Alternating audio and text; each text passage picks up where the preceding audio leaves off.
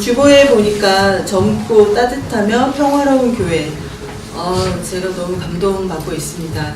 이렇게 멋진 교회 주일 예배에 저를 초대해 주시고 또 말씀을 함께 나눌 수 있도록 기회를 주셔서 더욱더 감사를 드립니다. 오늘의 중심 이야기는 여러분께서 읽으셨던 성경 본문, 우리들에게 아주 익숙하고 친숙한 그런 말씀입니다. 예수님께 어떤 여인이 다가와서 향유를 붓는 사건입니다. 이 이야기를 중심으로 보면 앞뒤로 같은 맥락의 상황이 펼쳐지는 것을 볼 수가 있습니다. 앞부분에는 바리새인들, 서기관들이 예수님을 잡아 죽일 방도를 찾는 것이고요. 또 뒷부분에는 가룟 유다가 바리새인들의 흉계를 돕기로 하고 협상하는 장면이 나옵니다. 그 가운데 여인의 향유 사건이 있고 앞뒤로 내용이 비슷한 두 이야기가 서로 대칭을 이루고 있습니다. 미술 시간에 우리가 해봤던 그 종이를 반으로 똑같이 접어서 피면 양쪽으로 똑같은 무늬가 생기죠. 그 데칼코마니처럼 아주 절묘한 구성을 이루고 있습니다. 마가복음의 기자 마가는 이런 구성 방식으로 예수님의 십자가 죽음 직전에 여인의 향유 부음 사건을 상세히 전하고 있습니다. 마가는 어찌하여 여인의 향유 이야기를 이렇게 절묘한 방식으로 기록하고 있을까요? 또 무엇인가 하고 싶은 말이 있는 것 같습니다. 이 이야기를 통해서 무엇인가를 말하고자 합니다. 여러분도 그런 마가의 마음을 생각하시며 찬찬히 따라가 보시기 바랍니다. 오늘 본문에 등장하는 사람들이 있습니다. 예수님을 초대한 나병 환자 시몬, 또 그 집으로 찾아온 어떤 여인, 그 여인은 향유 한 옥합을 가지고 왔습니다. 여인을 책망하는 어떤 사람들, 또 그 여인을 감싸시는 예수님, 예수를 죽이려고 계략을 꾸미는 대제사장들과 서기관들, 그리고 그들을 돕는 가룟 유다입니다. 우리가 성경 신약성서 전체를 보면 늘 나오는 사람들이죠. 이 사람들 중에서 특별히 세 명의 인물을 저는 살펴볼 것입니다. 향유를 부은 어떤 여인과 그 여인을 책망한 어떤 사람들, 그리고 여인을 칭찬하신 예수님입니다. 먼저 여인을 보시겠습니다. 당시 그 유대 관습에서 용납하기 매우 어려운 행동을 지금 여인이 하고 있습니다. 남자들의 공간에 여인이 들어옵니다. 당시 유대 사회는 남성 중심이었고 집 안의 주요한 곳은 주로 남성들이 머무는 공간이었습니다. 여인들은 집 안에 잘 보이지 않는 곳, 어디일까요? 어디라고 생각하세요? 주방. 그렇죠. 예, 주방 같은 곳에 주로 가리워져 있습니다. 우리 어머니들 세대도 비슷하셨죠. 네, 유대 사회에서 여인들은 그 아이들과 함께, 그리고 죄인으로 낙인받던 사람들과 함께 인간의 숫자에서 제외되는 것을 종종 볼 수가 있습니다. 오병이어의 기적이 일어났던 그 디베레 호숫가에서 오병이어의 기적의 음식을 먹은 사람들의 숫자를 셀 때 여인과 아이들 제외한 남자 5,000명, 이렇게 이제 쓰여 있습니다. 또 예수님께서 십자가에 달리실 때 여인들은 가까이 가지도 못하고 멀리서 따라갔으며 또 멀리서 바라보며 눈물 흘리는 장면들도 볼 수가 있습니다. 또 어린아이들이 예수님께 달려나올 때 제자들은 아이들을 막아서기도 했습니다. 오늘의 이야기도 그렇게 남성들의 정용 공간인 집안에서 벌어집니다. 예수님을 포함한 남성들이 모여서 식사하는 그런 공간에 어떤 여인이 들어옵니다. 참 당황스러우면서도 의아한 그런 상황이 펼쳐지는데요.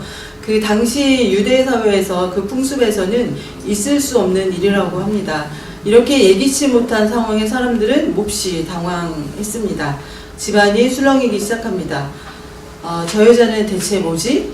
이런 시선들로 아마 가득했을 것입니다. 점점 더 알 수 없는 상황이 펼쳐집니다. 그 여인이 이 식사 자리의 주인공인 예수님께로 다가옵니다. 그리고 뭔가를 깨뜨립니다. 그것은 옥합이었습니다. 그리고 거침없이 예수님의 머리 위에 쏟아붓습니다. 집안 가득히 좋은 향기가 가득 찹니다. 아주 귀하고 귀한 나드 한 옥합이라고 성서는 기록을 합니다. 그리고 이어지는 사람들의 반응이 있습니다. 이렇게 허비하다니 차라리 비싸게 팔아서 가난한 사람들을 도우면 좋았을 것을.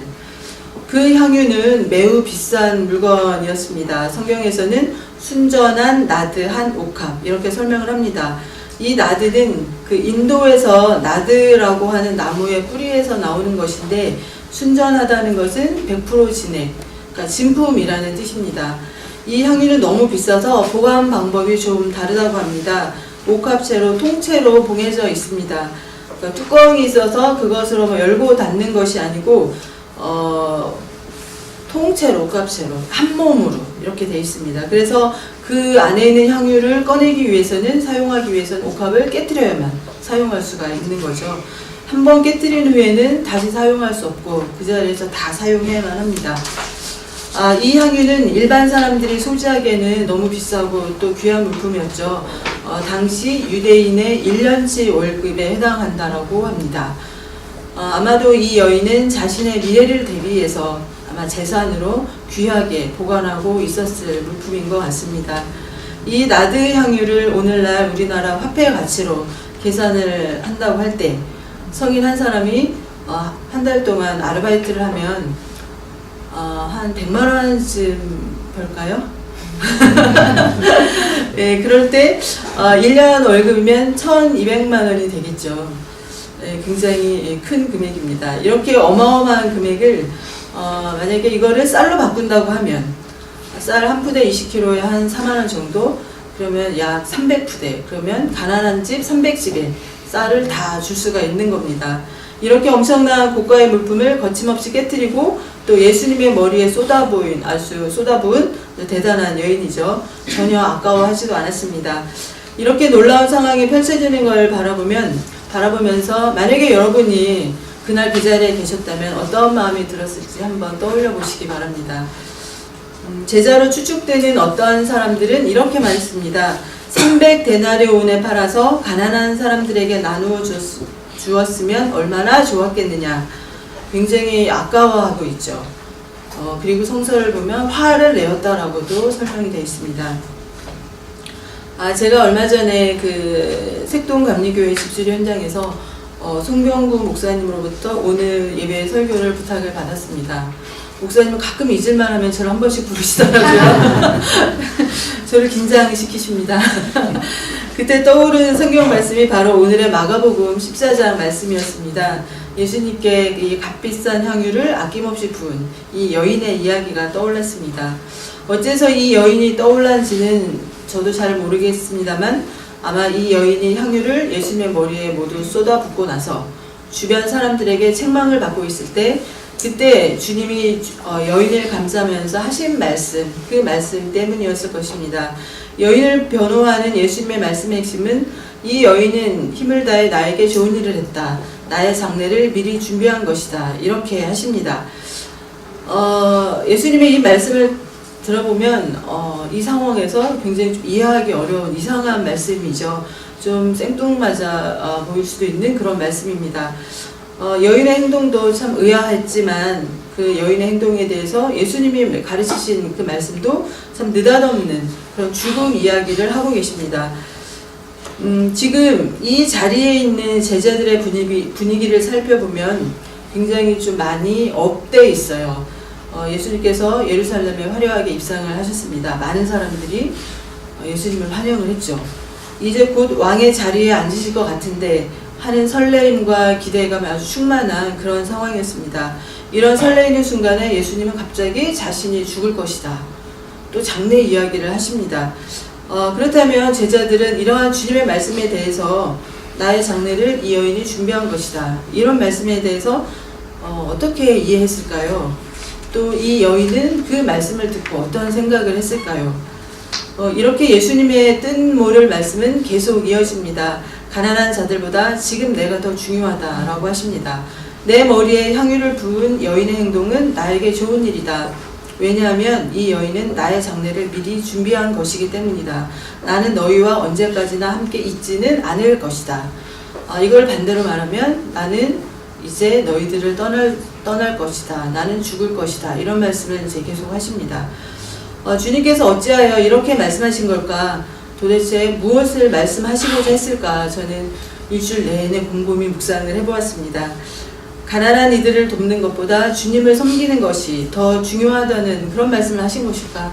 그렇게 생각하시는 분들 계시죠? 아니신가요? 주님은 평소에 그 가난한 자들을 굉장히 자비롭게 여기시고 또 연민의 눈으로 바라보셨고 따뜻하게 대해주셨죠. 율법에 위배되는 줄 알면서도 죄인으로 취급받는 사람들과 식사하시고 얘기하시고 또 병을 치료해 주셨습니다. 성서에 보면은 만지셨다, 몸을 만지셨다 이런 기록도 종종 나와 있습니다. 이 병자의 몸을 만졌다라고 하는 것은 율법에 어긋나죠. 정결법에 위배되는 행동입니다. 그렇게 가난한 자들, 약한 자들에게 따뜻한 연민으로 늘 대하시고 그들을 살펴주셨던 예수님의 행동을 수년 동안 보고 배운 그런 제자들 입에서 가난한 자들을 돕는 것이 더 좋지 않겠느냐 이렇게 한 말은 그들로서는 할 수 있는 말이었을 것입니다. 그런데 그 말씀을 하시는 것 같지는 않아요. 그렇다면 남자들에게 책망받는 여인을 변호하시려고 예수께서 일부러 그렇게 말씀하셨을까? 아마도 주변의 사람들은 그렇게 이해한 듯 싶습니다.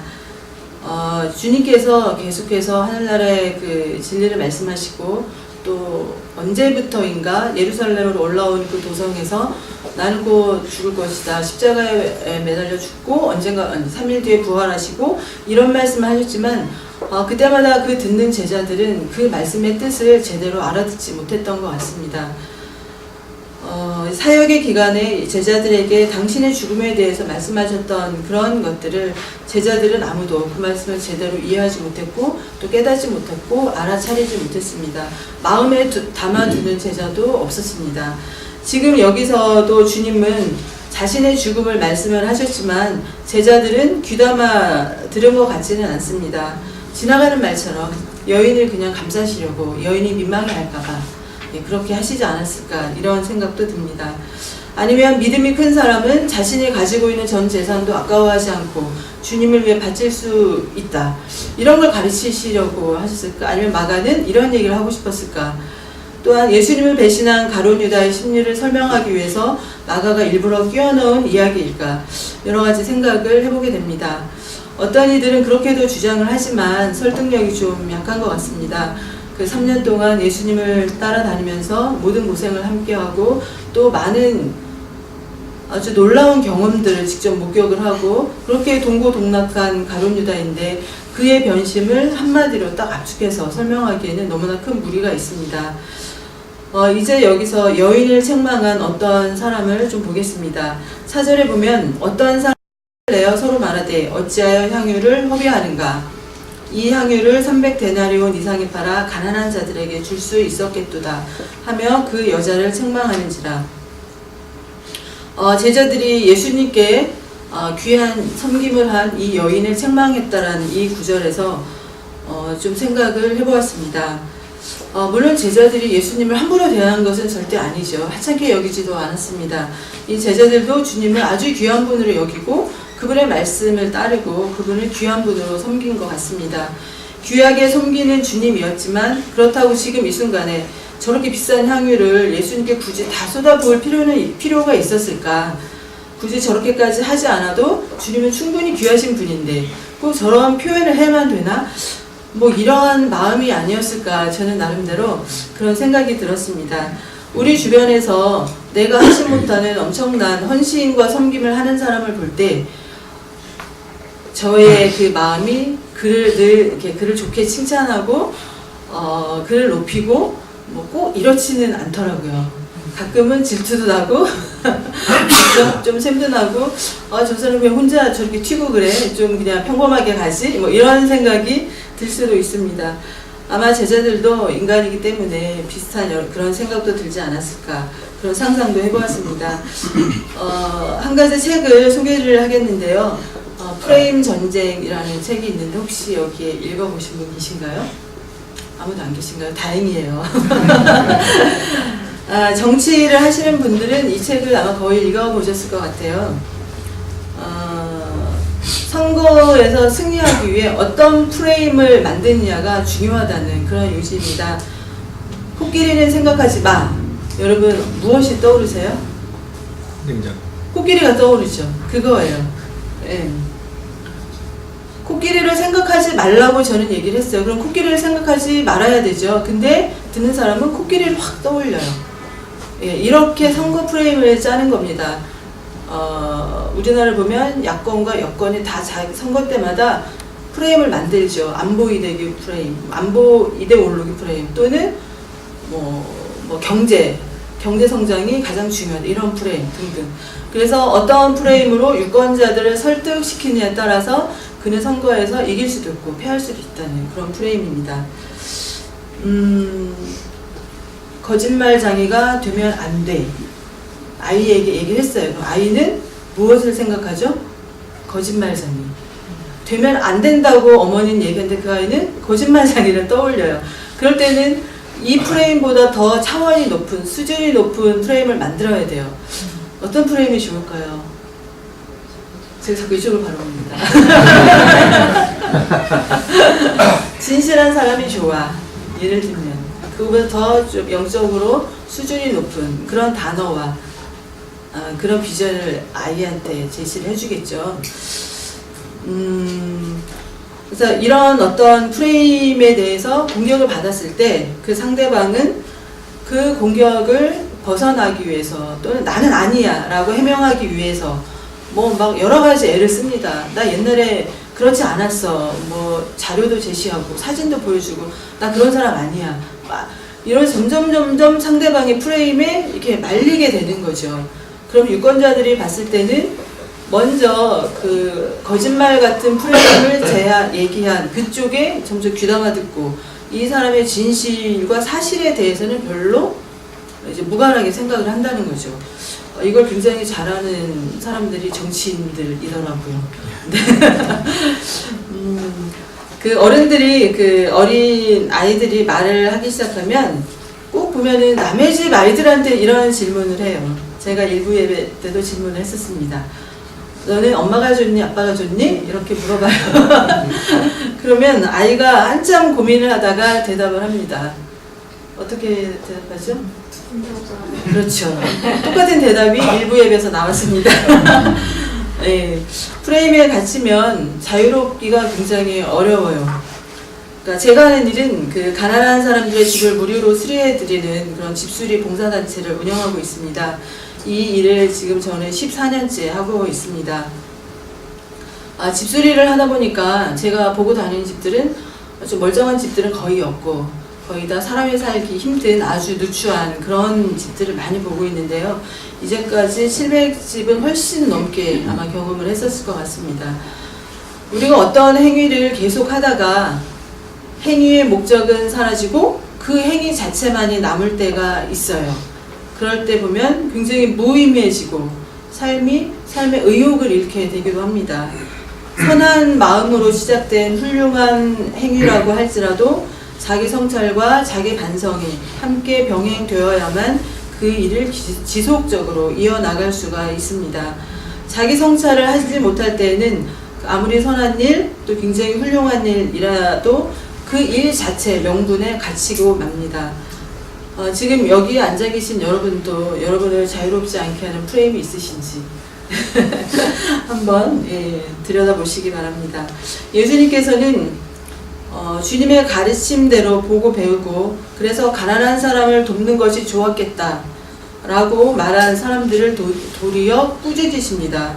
그러면서 가난한 자를 돕는 것이 항상 먼저 중요하다 라고 하는 제자들의 프레임을 밀쳐내시는 거죠.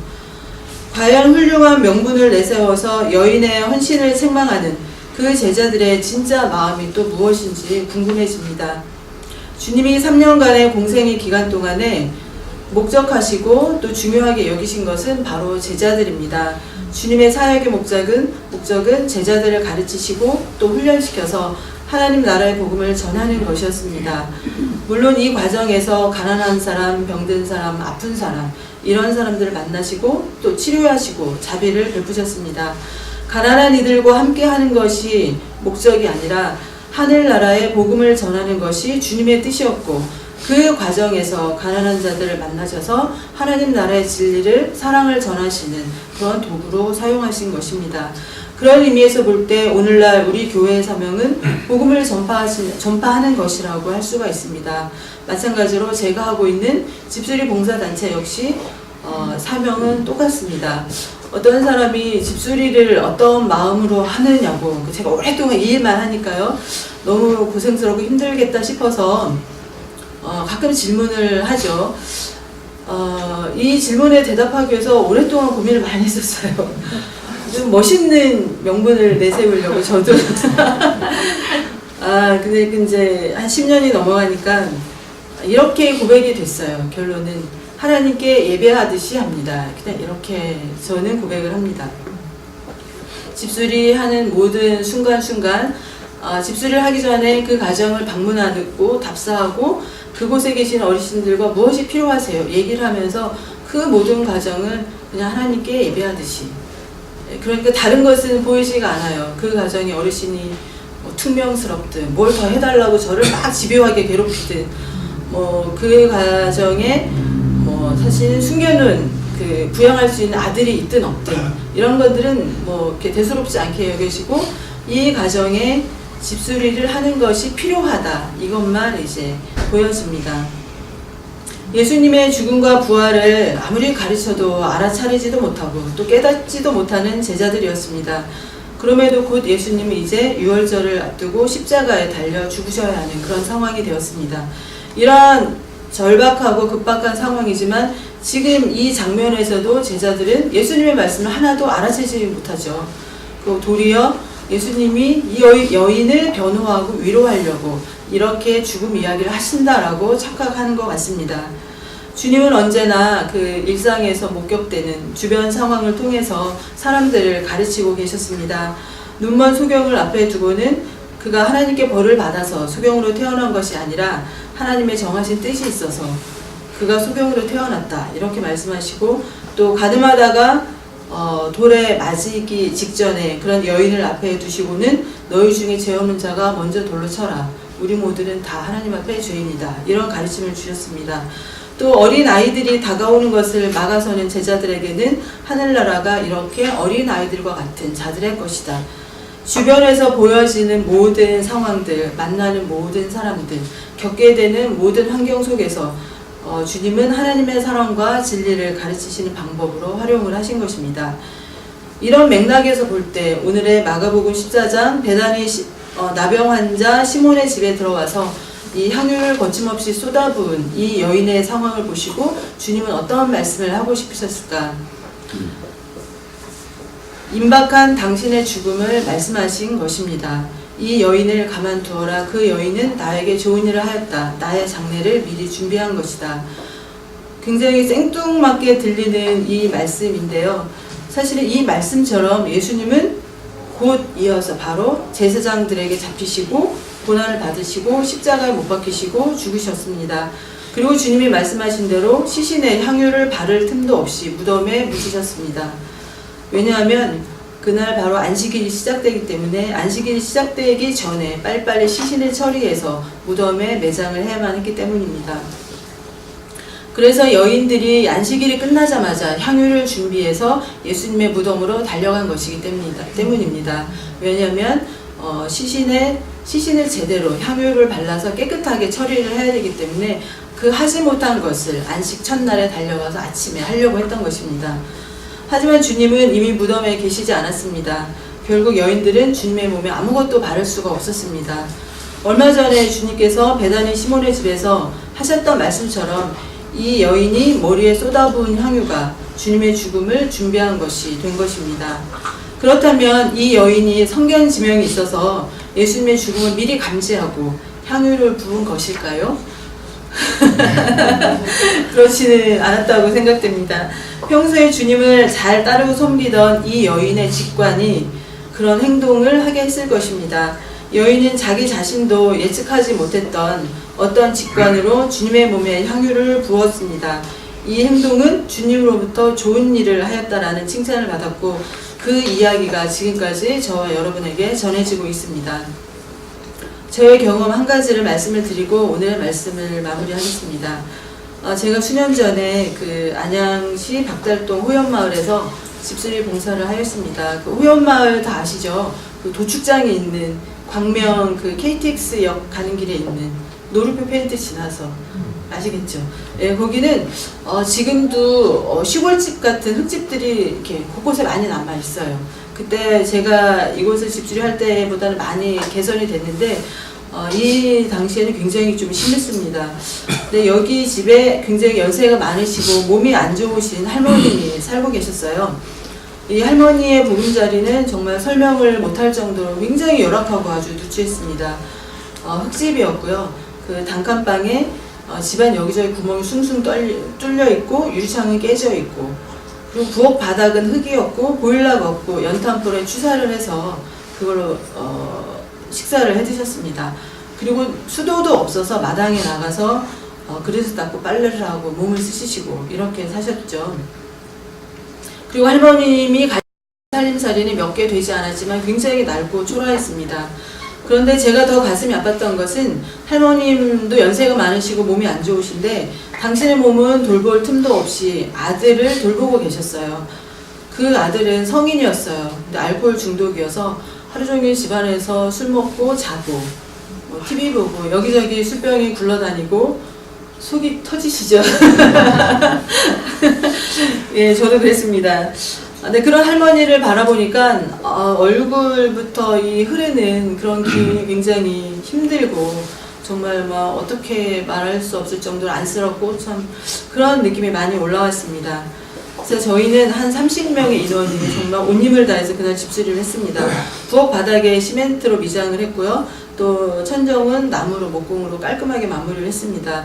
또 마당에는 수도를 부엌으로 끌어와서 수도관을 설치하고 싱크대를 설치하고 찬장을 달고 또 씻은 그 물이 나갈 수 있도록 배수구를 뚫고 뭐 등등 굉장히 많은 일을 했어요. 아직도 기억에 남아요. 마당을 저도 팠어요. 삽질을 해서. 얼마나 힘이 들던지. 이렇게 막 고생을 하면서 이 댁을 이제 집수리를 해드렸습니다. 그리고 방에 도배를 하고 장판을 깔고 예쁜 옷장을 새로 사드리고 또 예쁜 이불을 넣어드리고 커튼까지 달아드렸습니다. 그리고 집 벽에 페인트를 칠하고 대문까지 다 칠해드렸어요. 동네 할머님들이 너무 이뻐졌다고 막 구경 오시고 이 댁의 할머니는 정말 너무너무 좋아하셨어요. 근데 저희가 이 집에 집수리를 하는데 한 30명의 인원이 참여를 했고 돈도 사실 많이 들어갔습니다. 가구나 이런 걸 다 새로 사야 됐고 정말 고생을 많이 했어요. 그리고 이 동에 계시는 동장님도 오셔서 하루 종일 같이 일을 하셨고 또 시의원도 다녀가고 도의원도 다녀가고 뭐 이렇게 좀 요란한 그런 상황이었습니다. 수리가 다 끝나자 할머님은 너무나 말끔해지고 예뻐진 그 집안을 돌아다니시면서 여기저기 둘러보시고 아주 좋아하셨어요. 뭐 옷장이며 이불이며 커튼, 누리고 살아보지 못했던 그런 것들을 이제 가지시게 됐잖아요. 너무 아이처럼 행복해 하셨습니다. 그러면서 이렇게 말씀을 하셨습니다. 내 평생 이런 호강은 처음이야. 이러면서 이런 집에서 살게 될 줄은 생각도 못 해봤어. 너무나 어린아이처럼 좋아하셨습니다. 그런데 얼마 뒤에 할머님이 돌아가셨어요. 집수리를 해드린 지 꼭 한 달 후에 돌아가셨습니다. 조금 더 사셨으면 이런 생각이 당연히 들겠죠. 그 고생을 했는데 우리가 그 집을 수리하기 위해서 얼마나 많이 고생을 하고 돈도 많이 들어갔는데 겨우 한 달밖에 못 사시다니 너무 안타까웠습니다. 우리가 했던 수고와 땀 흘림, 들어간 돈 뭐 이런 것들이 막 스쳐갔어요. 그러면서 생각을 하는데 문득 제 가슴 밑에서 이렇게 올라오는 그런 느낌이 있었습니다.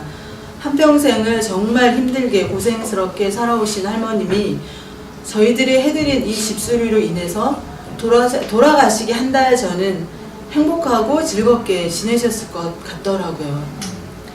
비록 한 달이었지만 할머님은 정말 행복하셨겠구나. 삶의 마지막 한 달을 행복감에 젖어 사셨을 할머님이 떠올려지면서 할머님이 그래도 마지막 순간은 행복감을 누려보셨으니 얼마나 다행이야. 마음 깊은 곳에서 이런 평안함이 솟았고 저는 굉장히 평화로워졌습니다. 그리고 감사하게 됐습니다. 그리고 의도치 않게 주님의 죽음을 예비했던 이 향유를 부은 여인이 저는 떠올랐습니다. 그리고 하나님께 감사의 기도를 드릴 수밖에 없었습니다. 이 이야기는 종종 저의 고백이 되기도 합니다. 2번 들으신 분도 계실 거예요.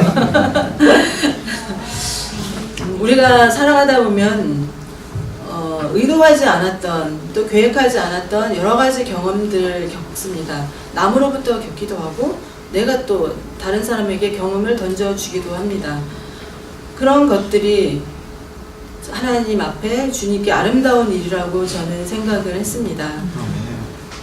주님께 향유를 직관에 의해서 다 쏟아붓고 자기의 사랑과 헌신을 표현한 이 여인을 경제적인 가치로 보면은 제자들의 생각처럼 굉장히 좀 아깝고 또 허비한다, 이렇게 쓸데없는 낭비라고 생각을 할 수가 있죠. 또 제가 해드린 집수리 할머니 한 달밖에 안 사셨는데 차라리 다른 집에 해드렸으면 더 오래 사셨을 걸, 이런 그런 것들은 하나도 중요한 것이 아니죠.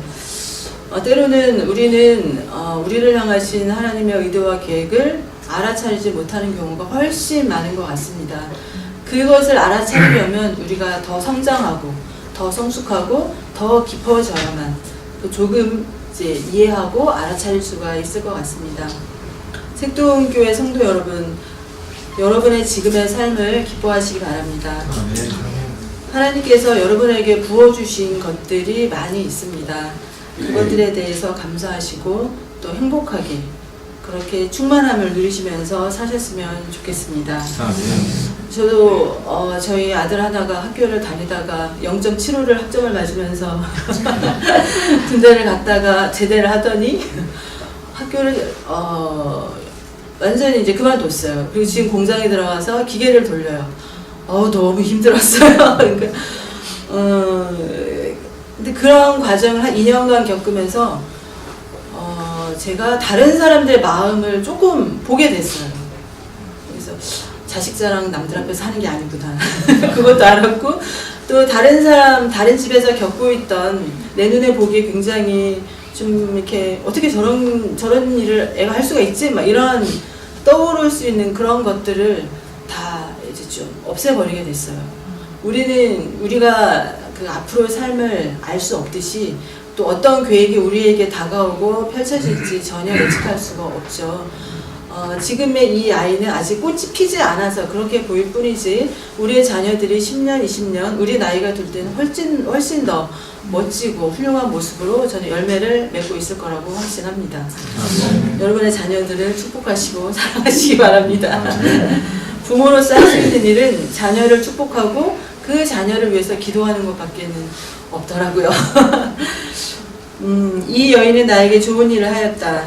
주님을 위해서 좋은 일, 또 주님께 아름다운 일을 지속하고 있는 색동교회, 그리고 색동교회 여러분을 저는 축복합니다. 언제나 하나님의 사랑 안에서 평화로우시길 주님의 이름으로 축원드립니다. 기도하시겠습니다.